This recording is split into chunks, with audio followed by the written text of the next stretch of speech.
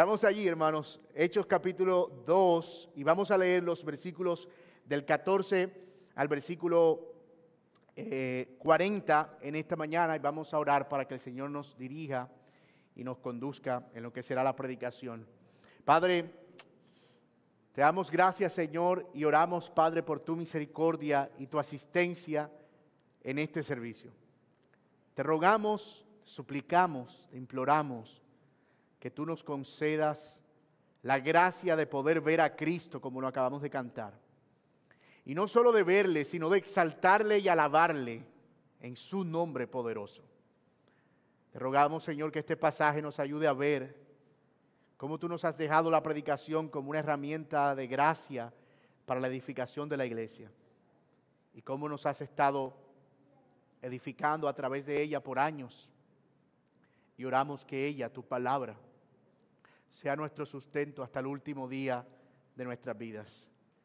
Gracias, Señor, por hablarnos tu verdad, por dejarnos tu palabra, la que nos es más dulce que la miel, y aquella, Señor, que es digna de ser recibida por todos. Te pido, Señor, que mientras tu palabra es predicada, el Espíritu Santo de Dios pueda obrar en los corazones de tal manera que puedas traer convicción, que puedas traer, Señor, arrepentimiento, y que puedas traer, Señor, el deseo de poder correr a ti, Señor, en adoración. Oramos que nos muestres a Cristo en el nombre de Jesús. Amén y amén. Este es el segundo sermón de la serie Una iglesia sana o una iglesia conforme a la Biblia.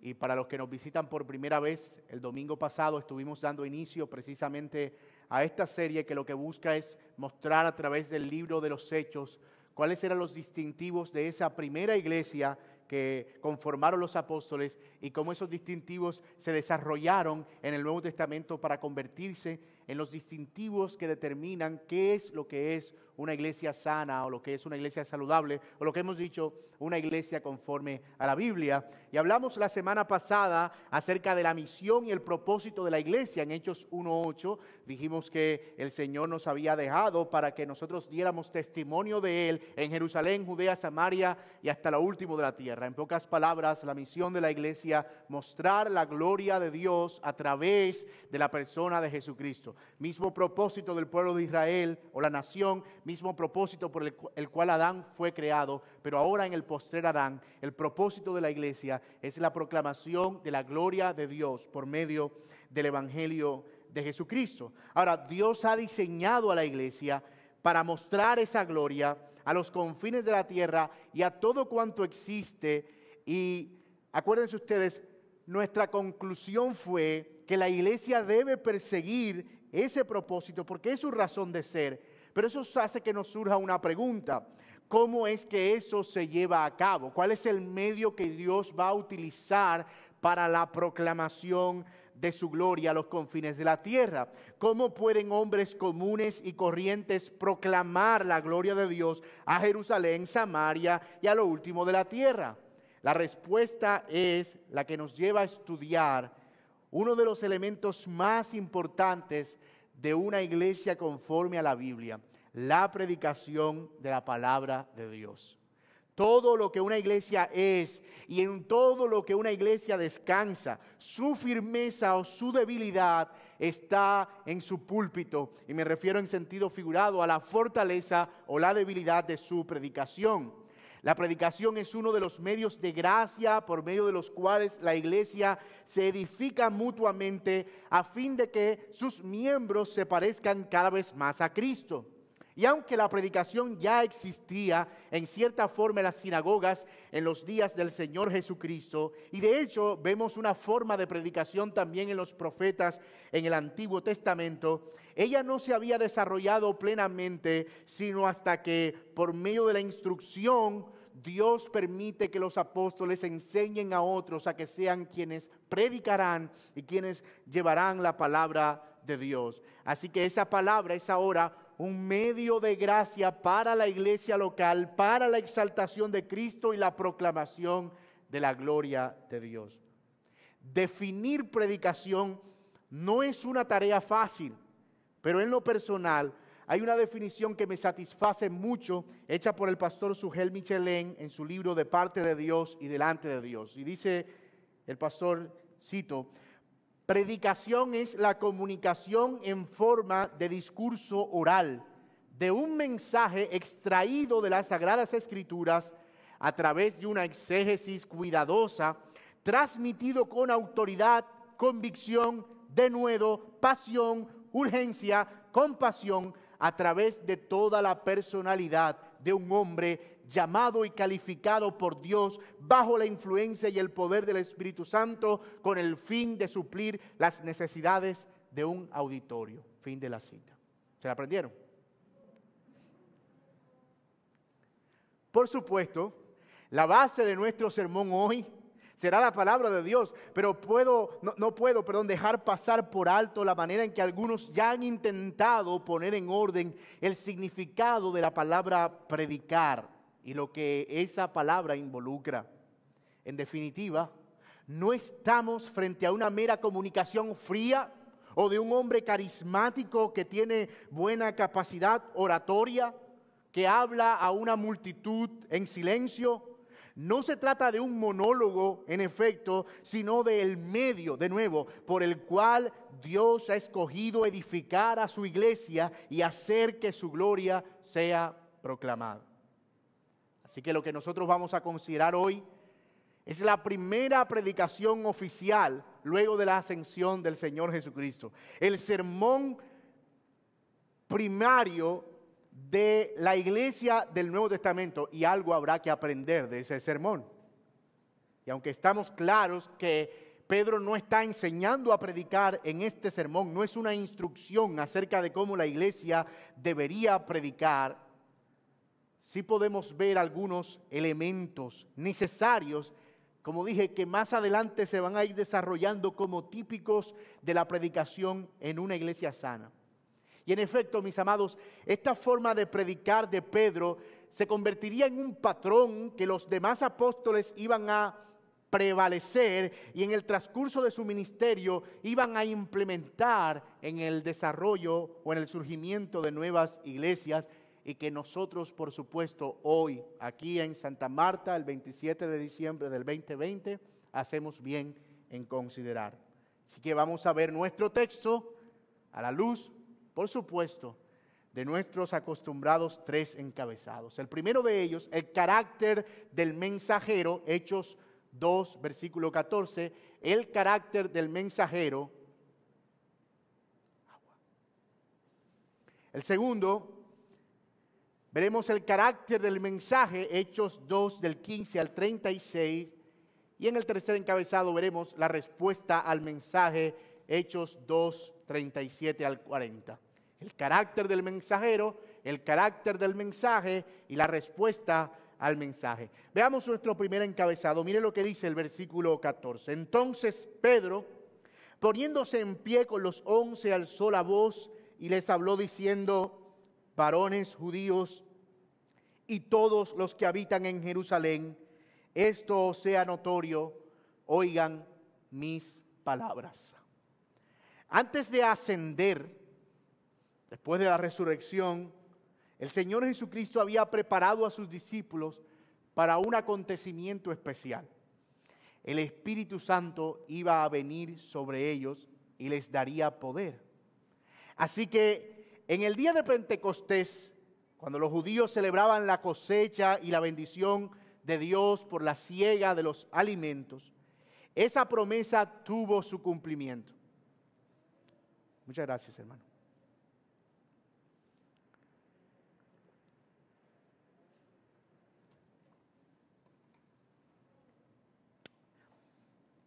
¿Qué pasó en día de Pentecostés? Bueno, muchos judíos habían venido desde muchos lugares del mundo en aquella época a Jerusalén para llevar a cabo esa celebración. Habían locales y extranjeros allí, era una celebración realmente grande. Y es en ese contexto que el Espíritu Santo aparece, donde estaban reunidos los apóstoles con un gran viento recio. Ustedes conocen esa historia. Y ellos son embestidos y empiezan a hablar en el lenguaje y en el idioma de esas personas que estaban allí, de modo que ellos podían entenderle. Era una obra, sin duda alguna, sobrenatural del Espíritu Santo. Y es en ese contexto de euforia, de fervor, de manifestación del Espíritu Santo que aparece Pedro poniéndose en pie para predicar la palabra. Lo primero que tenemos que decir aquí, hermanos, es que la predicación no está desligada de quien predica. Y por eso quise que nos detuviéramos a considerar el carácter del mensajero. De hecho, todo lo que tenemos que decir en este pasaje de Pedro es su nombre. Pedro se puso en pie. Pero nosotros sabemos por el trasfondo de las Escrituras quién era Pedro y cómo llegó a convertirse en este hombre quien está predicando este primer sermón de la iglesia. Dios ha dado su palabra por medio de hombres y ha permitido que a través de sus plenas facultades su mensaje sea proclamado a su pueblo.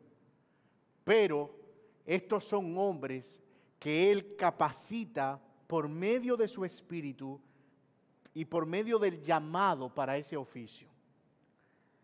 Pedro era un hombre redimido y de eso no tenemos duda, de quien definitivamente sus pecados le habían sido perdonados.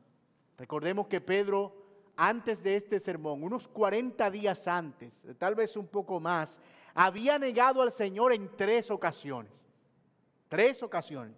Pero aquí él está ahora, parado frente a una gran multitud, proclamando el poder y la majestad de su Salvador. Definitivamente, hermanos, alguien que se pare a hablar en nombre de Dios debe ser alguien que haya sido receptor de su gracia y de su perdón, y alguien que verdaderamente haya abrazado la obra redentora de Cristo. Dios, en efecto, no llama a hombres perfectos para proclamar su mensaje. Él llama a pecadores que han sido redimidos para proclamar precisamente el mensaje de la redención. Lo otro que podemos decir es que Pedro no era un hombre con una preparación excelsa. No es correcto decir que ellos eran hombres ignorantes, ¿verdad? Algunos dicen que, como la Biblia en algún pasaje dice que eran hombres sin letra, entonces eran hombres ignorantes quienes de la noche a la mañana se convirtieron en expertos en la Biblia. Eso no es correcto. Cuando la Biblia dice que eran hombres sin letra, se refiere a que eran hombres que no tenían una preparación en una escuela rabínica de la época. Es decir, no habían ido a una universidad religiosa, no eran ni de Hillel ni de Shammai, eran simplemente judíos que por lo menos se sabían el libro de Levítico de memoria. Y conocían la Torá, los 5 primeros libros de la Biblia, como era el deber de todo judío, de pe a pa, de tapa a tapa. Y escúcheme bien, sin versículos y sin capítulos, los rollos. Así que este Pedro, aunque no era un hombre con una capacidad y una preparación excelsa especial, sí era un hombre con el conocimiento necesario de la palabra de Dios para proclamarla. No sabemos por qué es Pedro quien se pone de pie y no otro. Pudo haber sido cualquier otro, ¿verdad? Pero no es la primera vez que este impetuoso hombre sale enfrente cuando nadie quiere hacerlo. Sin embargo, algo que podemos notar en esta ocasión es que los otros 11, dice el texto, se pusieron detrás de él. Es como quien dice, él está predicando, pero nosotros estamos respaldando lo que él está diciendo. Pedro estaba tomando la vocería, pero los 11 mostraron valentía y de nuevo, al estar dispuestos a arriesgar incluso su propia vida con tal de ahora proclamar a Cristo. Estos mismos 12 que en otro tiempo se escondieron para no ser vistos y se disfrazaron y se camuflaron para no ser vistos como seguidores de Jesús, ahora están de pie sin importarles lo que pueda pasar, porque ellos sin duda habían encontrado al Cristo resucitado. Solamente eso puede explicar la determinación y la valentía de Pedro y los 11 para ahora convertirse en quienes deseaban proclamar la palabra de Dios. Pedro se pone de pie frente a todos y levanta la voz. Y esto era poco común en el contexto judío, donde la enseñanza solía darse sentado. El rabino se sentaba en una de las dos sillas que había enfrente de las sinagogas, la cátedra del Mesías y la cátedra de Moisés. Usualmente el doctor de la ley se sentaba en la cátedra de Moisés y empezaba allí a enseñar la palabra de Dios. Pero hay una razón obviamente logística en el hecho de que Pedro se pusiera de pie, y es que él estaba en un aposento y eso hacía que su voz saliera mucho más amplificada. Pero al mismo tiempo hay un sentido de reverencia, como un heraldo que se levanta por encima de los demás para proclamar en alto la venida de un rey. Él enseñó con valentía y con denuedo. Mis amados, la predicación es realmente un misterio. Dios no puso a ángeles a predicar su evangelio. De hecho, los ángeles miran ese misterio y se admiran de lo que Dios hace. Él puso a hombres comunes y corrientes, viles y menospreciados, con el propósito de mostrar que su mensaje no es uno que procede de la sabiduría humana, sino sin duda alguna del poder de Dios. Eso es lo que dice Pablo en 1 Corintios, que de lo vil y de lo menospreciado escogió Dios para avergonzar a los sabios. De hecho, es el mismo Pablo quien había tenido unos grandes pergaminos. Él sí, un hombre con letras, educado a los pies de Gamaliel, quien dijo: yo todas estas cosas las he estimado por basura a fin de ganar a Cristo. Y cuando fui y prediqué la palabra, que es un pasaje que vamos a estar citando como referencia continuamente, dice Pablo: yo no fui con palabras de humana sabiduría y no me propuse saber otra cosa entre vosotros, aunque podía hacerlo. Pablo estaba a la altura de cualquier hombre catedrático griego de la época y podía hacer un debate público en la palestra en cualquier lugar de la Grecia antigua, pero él dice: yo me propuse no saber nada, sino solamente a Cristo y a este crucificado. De los que son llamados a predicar, se nos dice que ellos deben ser hombres irreprensibles, personas en quienes no se les puede atrapar en cuanto a su falta, a quienes no se les puede acusar. Mis amados hermanos, el predicador es un esclavo de lo que predica. Hay un sentido de relación entre el mensajero y su mensaje.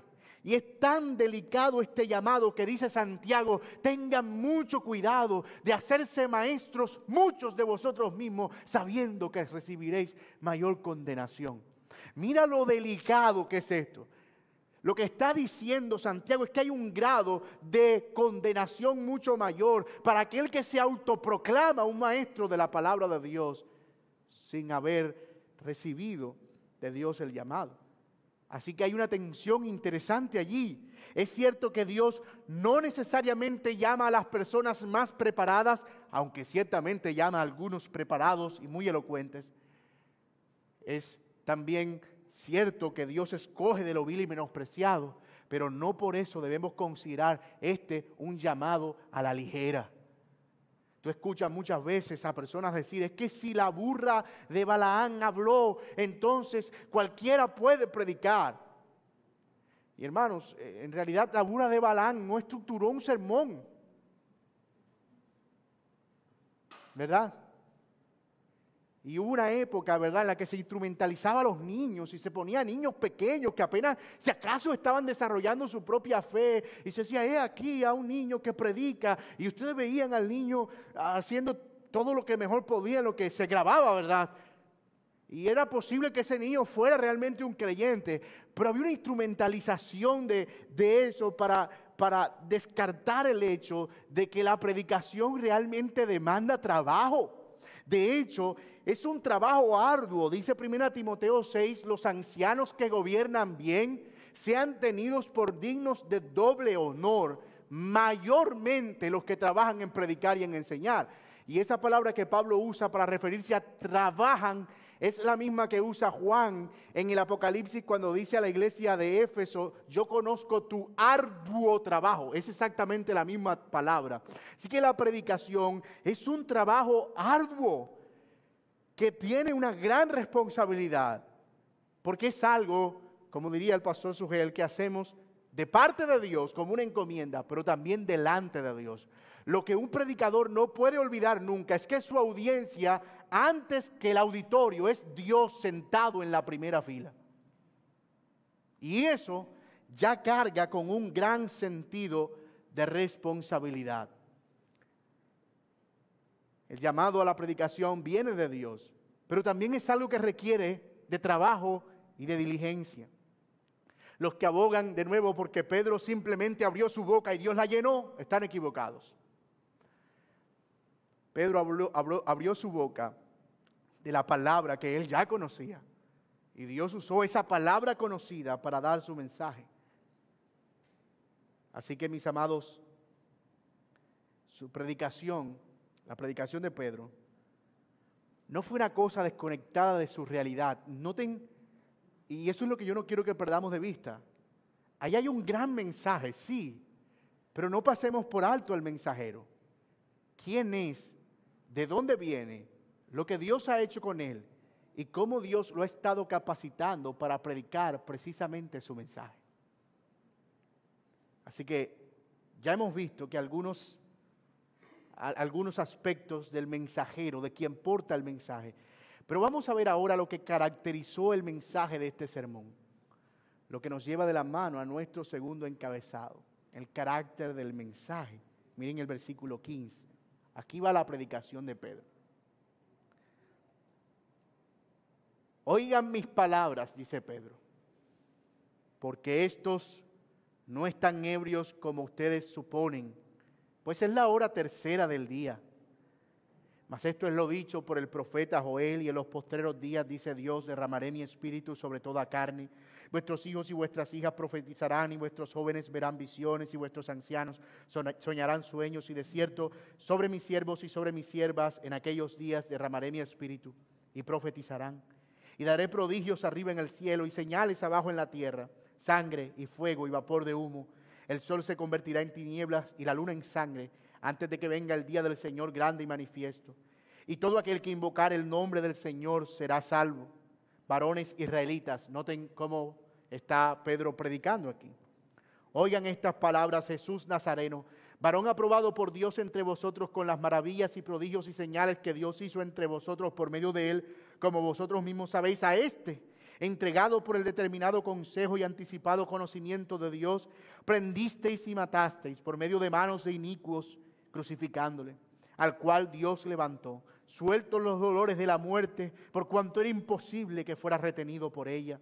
Porque David dice de él: veía al Señor siempre delante de mí, porque está a mi diestra, no seré conmovido. Por lo cual mi corazón se alegró y se gozó mi lengua, y aunque mi carne descansara en esperanza, porque no dejarás mi alma en el Hades, ni permitirás que tu santo vea corrupción. Me hiciste conocer los caminos de la vida, me llenarás de gozo con tu presencia. Varones hermanos, se os puede decir libremente del patriarca David, que murió y fue sepultado, y su sepulcro está con nosotros hasta el día de hoy. Pero siendo profeta y sabiendo que no con juramento Dios le había jurado que su descendencia en cuanto a la carne levantaría al Cristo para que se sentase en su trono, viéndolo antes, habló de la resurrección de Cristo, que su alma no fue dejada en el Hades, ni su carne vio corrupción. A este Jesús resucitó Dios, de lo cual todos nosotros somos testigos. Así que, exaltado por la diestra de Dios, y habiendo recibido del Padre la promesa del Espíritu Santo, ha derramado esto que vosotros veis y oís. Porque David no subió a los cielos, pero él mismo dice el Señor a mi Señor: siéntate a mi diestra hasta que ponga a tus enemigos por estrado de tus pies. Sepa pues ciertísimamente toda la casa de Israel que a este Jesús, a quien vosotros crucificasteis, Dios le ha hecho Señor y Cristo. Mis amados, qué tremendo sermón. Chile, qué sermón tan cortico. Bueno, suponemos que no recogieron todas las palabras de Pedro aquí, pero por lo menos lo que nosotros leemos aquí es impresionante. Pedro identifica claramente a su audiencia y se dirige a ella en específico. Una y otra vez ustedes ven la palabra varones israelitas, varones judíos, varones israelitas. Su mensaje no era una voz al aire. Él no estaba enajenado, con los ojos cerrados, hablando de la predicación o predicando todo lo que viniera a su mente? Por supuesto que no, porque la predicación es un ejercicio sistemático, consciente, lógico y muy ordenado. No son palabras sueltas, no es lo que se venga. Pedro está aquí llevando un mensaje con una secuencia lógica, y en realidad una secuencia lógica impresionante. Lo primero que vemos de este sermón o mensaje de Pedro, como usted quiera llamarlo, es que él citó la Biblia, explicó la Biblia y aplicó la Biblia. Citó la Biblia, explicó la Biblia y aplicó la Biblia. El mensaje de Pedro sigue una estructura simple y aunque ustedes no lo crean, tiene 3 puntos.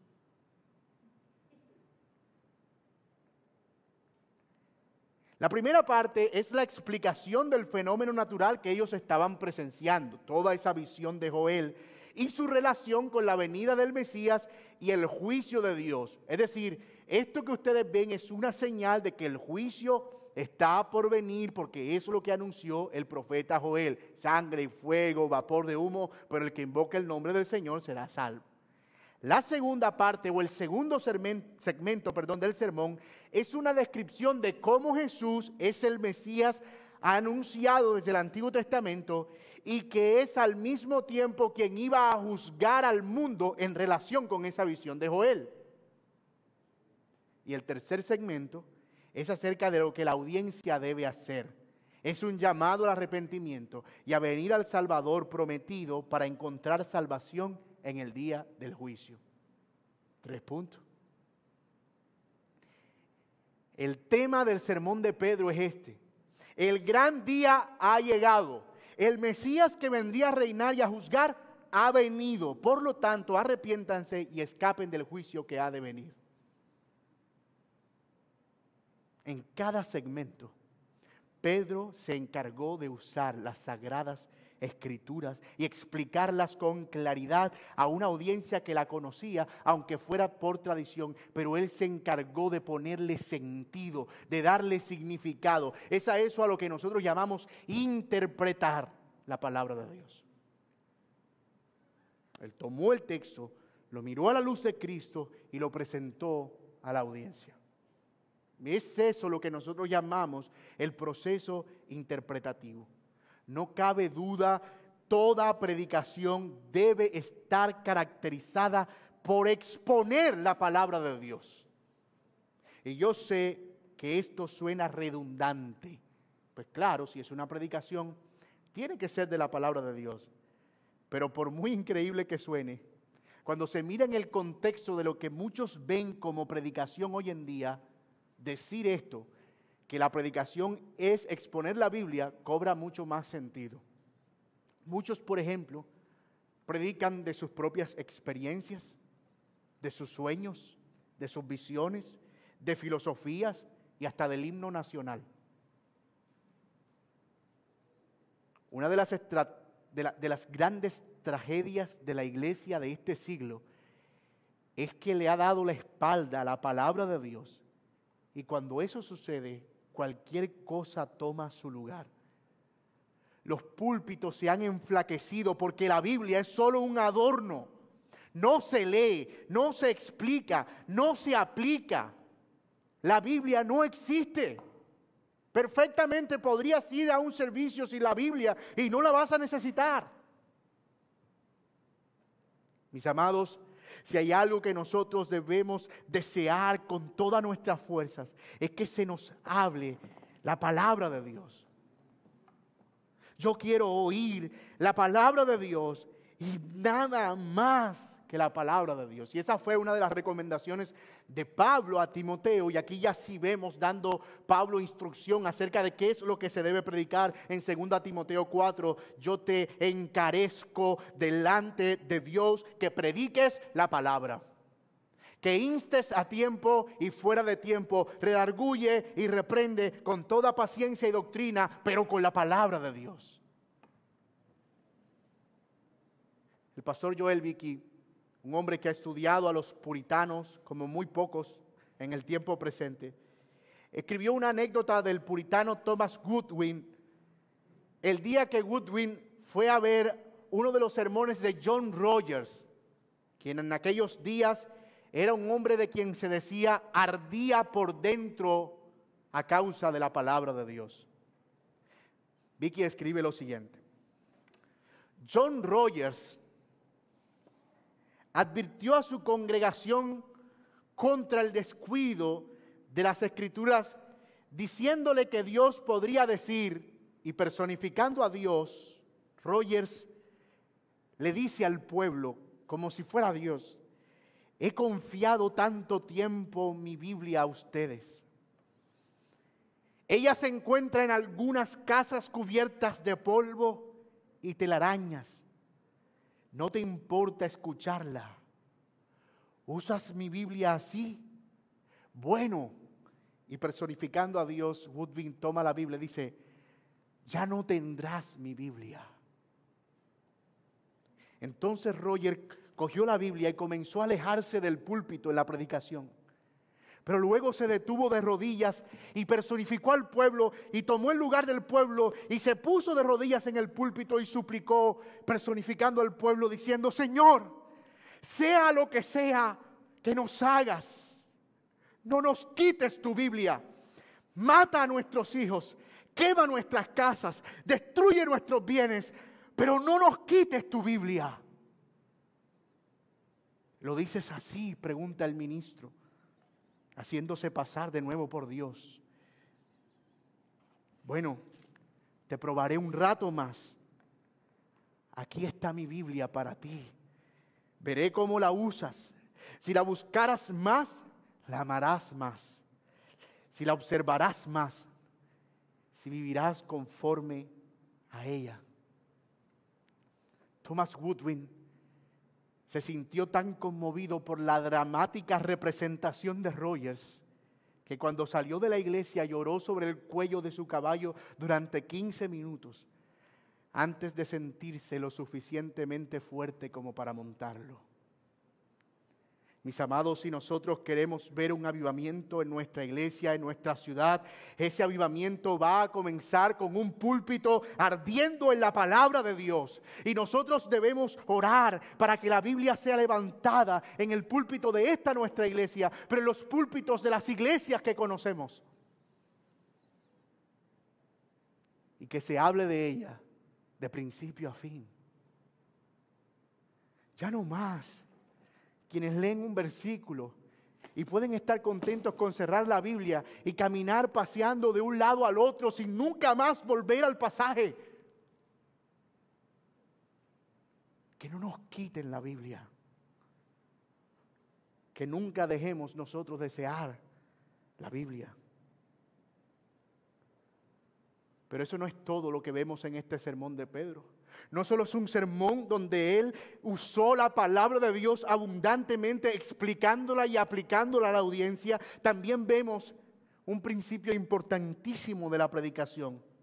Y es que Pedro, desde el inicio hasta el final de su sermón, Cristo está en todo. Es un sermón plagado de Cristo, que exalta a Cristo, que revela a Cristo, que muestra a Cristo, que proclama a Cristo, que lo levanta sobre todo. Pedro recalca que Jesús es el Mesías, no solo por las señales y los prodigios que lo acompañaron, sino por las referencias que en el Antiguo Testamento vemos acerca de Cristo hechas por el mismo David y que tienen cumplimiento en él. Y también por haberse levantado de entre los muertos. Son los temas en los que Pedro gira alrededor de la persona de Cristo. Él es el Mesías, Él es quien juzgará al mundo, Él es quien se sentará a la diestra del Padre, Él es quien se ha levantado de entre los muertos. Pedro usa el Antiguo Testamento para conducirnos a Cristo y esta es en esencia la predicación, mis amados hermanos. Jesús es el tema central de toda la Biblia. Cuando él caminó en Lucas capítulo 24 con los discípulos en el camino a Emaús, ellos no podían reconocerle, pero luego él empezó a mostrarles desde Moisés, pasando por los salmos y también por los profetas y los escritos, todo lo que las escrituras, que en ese tiempo eran el Antiguo Testamento, de él decían. Porque toda la Biblia en efecto es un camino que nos conduce hacia el Calvario. Todos los caminos de la Biblia nos conducen a la gloria del Salvador.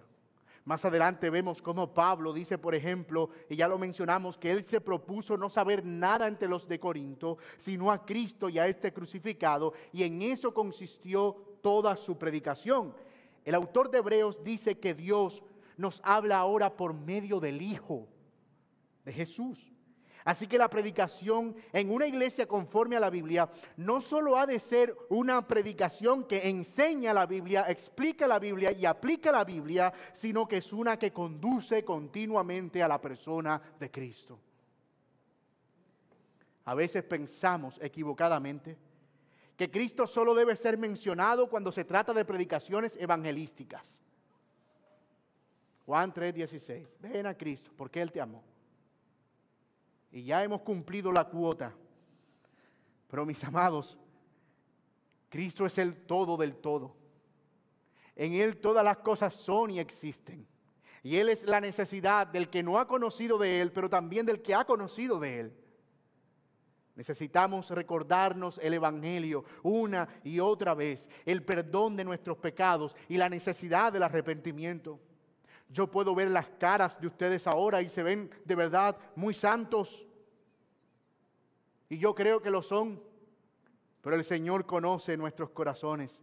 Y Él sabe si verdaderamente necesitamos o no a Cristo o de arrepentirnos en este mismo día o no. El Evangelio es el mismo para todos. En unos produce arrepentimiento, pero en otros produce santificación al ver y contemplar a Cristo continuamente. Charles Spurgeon, el gran predicador del siglo XIX, escribió lo siguiente, y cito: un sermón sin Cristo es algo espantoso, horrible, es un pozo vacío, una nube sin lluvia, un árbol 2 veces muerto y desarraigado. Es abominable dar a los hombres piedras en vez de panes y escorpiones en lugar de huevos, y aún así esto es justamente lo que hacen aquellos que no predican a Cristo, una hogaza de pan sin harina. ¿Cómo puede alimentar el alma? Los hombres mueren y perecen porque Cristo no está presente allí. Y continúa Spurgeon: ¿no has escuchado nunca un sermón que te ha hecho sentir que si Cristo descendiese en ese momento sobre el predicador le diría: ¿qué estás haciendo? ¿Para qué estás aquí? Te envié que predicaras acerca de mí y sin embargo estás predicando otra cosa. Vete a tu casa y aprende de mí y entonces ven y habla. Fin de la cita. Pedro tenía sus ojos puestos en Cristo y ahora por medio de su predicación estaba llevando los ojos de su audiencia a Cristo también, a que ellos miraran al Salvador no solo muerto, sino reinando y resucitado en gloria. Y mis amados, créanme que cuando un sermón y cuando la predicación en la iglesia muestra a Cristo, los resultados siempre serán evidentes. Siempre habrá una respuesta. O los rechazas, endurecido, o vienes a Él en arrepentimiento y fe. Pero nadie puede permanecer indiferente cuando la cruz desnuda de Cristo es levantada en la predicación. Nadie. Y eso es lo que nos lleva a nuestro tercer y último encabezado, la respuesta al mensaje.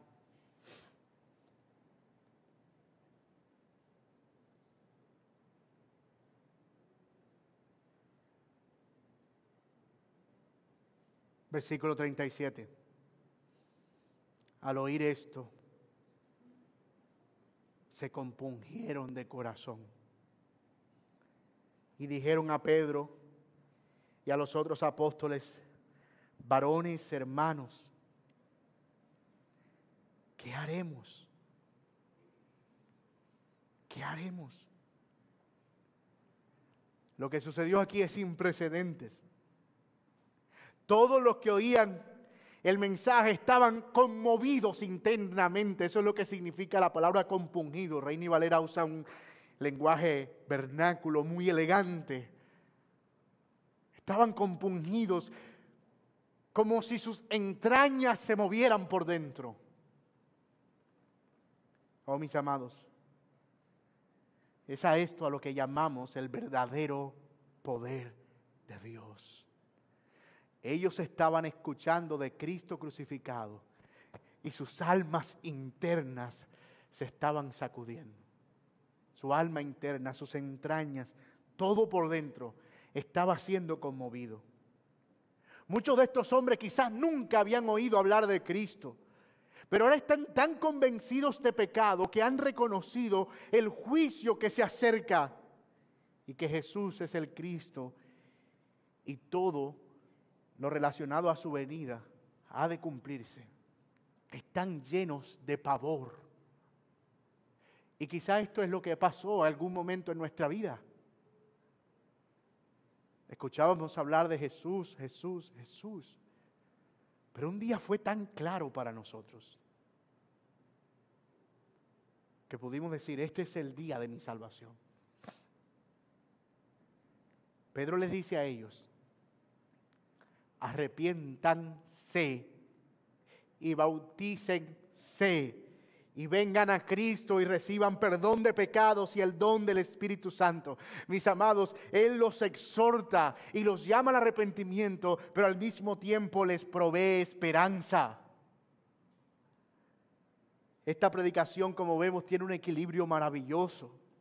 No es solo una sentencia del juicio venidero, sino una oferta de perdón en Cristo Jesús. Este es un equilibrio necesario en cada sermón.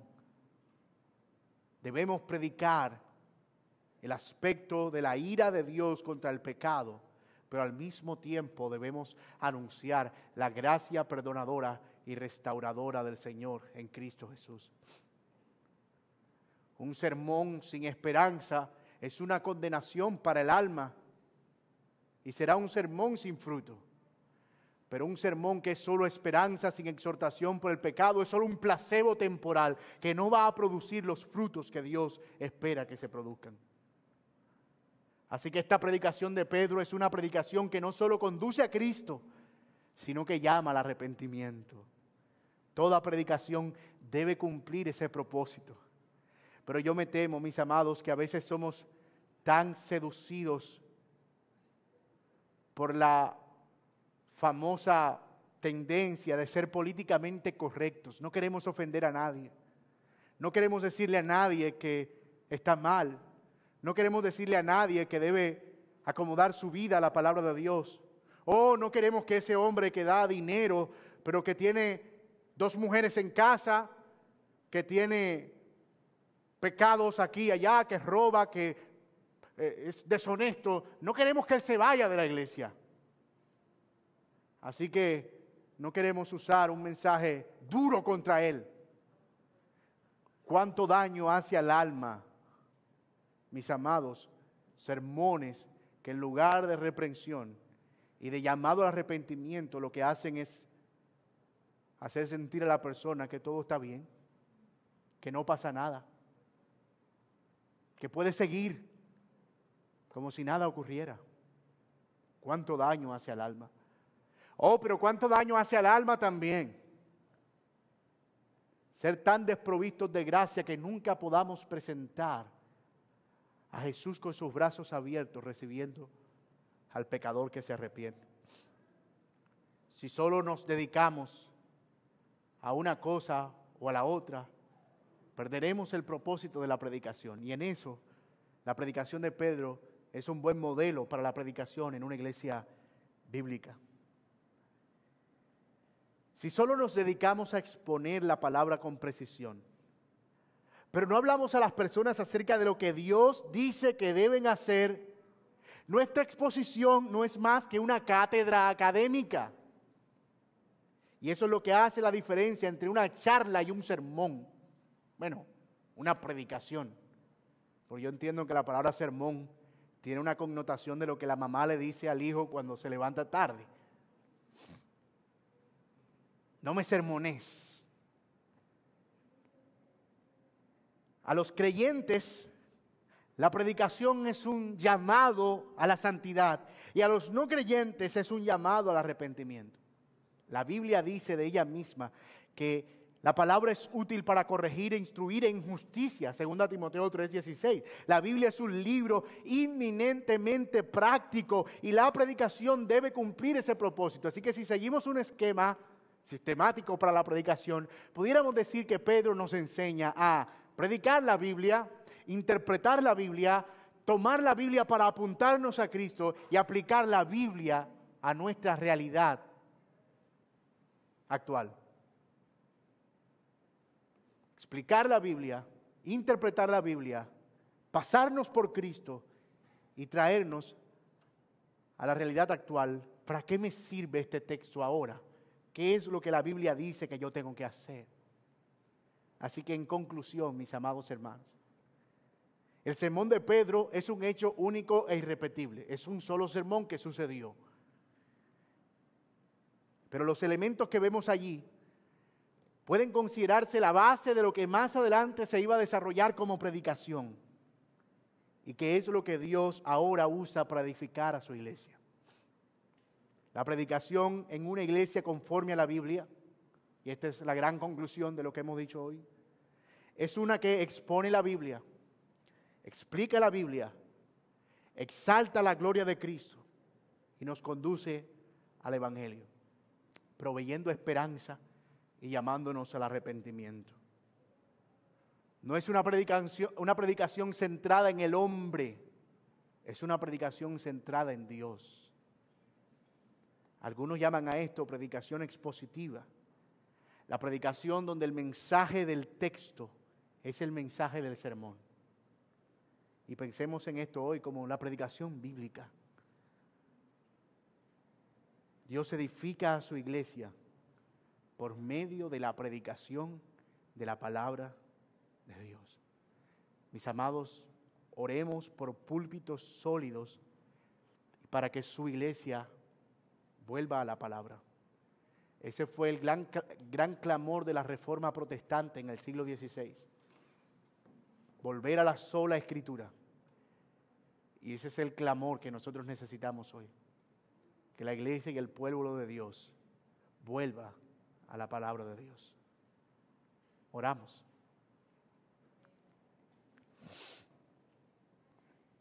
Señor y Padre nuestro que estás en los cielos, gracias por la palabra. Gracias por la predicación del Evangelio. Gracias por la predicación de tu verdad. Gracias, Señor, por dejarnos este libro, tu palabra.